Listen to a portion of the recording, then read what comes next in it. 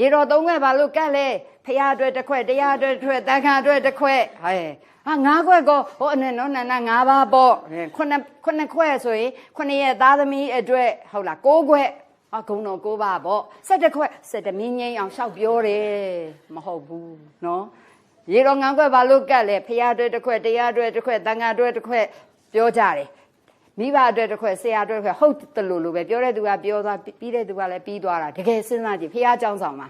ဖះကိုလှူထားတာလေမိဘအတွက်ဆိုလို့ရှိရင်၄ခုမြောက်ကမိဘအတွက်၅ခွက်မြောက်ကဆရာအတွက်ပေါ့ဖះတရားတန်ခါမိဘဆရာသမားမဟုတ်ဘူးလားဒါဆိုရင်သားတို့သမီးတို့အဲ့လိုသာတကယ်ကတ်ကြမယ်ဆိုရင်မေမေတို့ဖေဖေတို့အနန္တောနန္ဒ၅ပါးဖះနဲ့တကိုင်းနဲ့ဖះเจ้าဆောင်မှာရေတော်၅ခွက်ကတ်ထားတယ်၄ခွက်မြောက်ကဖေဖေတို့မေမေတို့ခွက်အဲ့ဒီရပဲတောက်ကြပါသားတို့သမီးတို့ကုသိုလ်ယူပါမယ်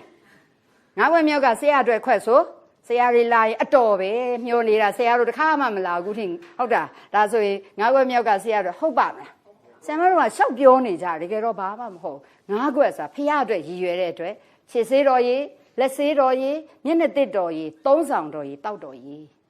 ပြောတတ်မှာမပြောတတ်၅ခွက်ဘာလို့ကံမှလည်းမသိတစ်ခွက်သေးဆိုရင်ဖះ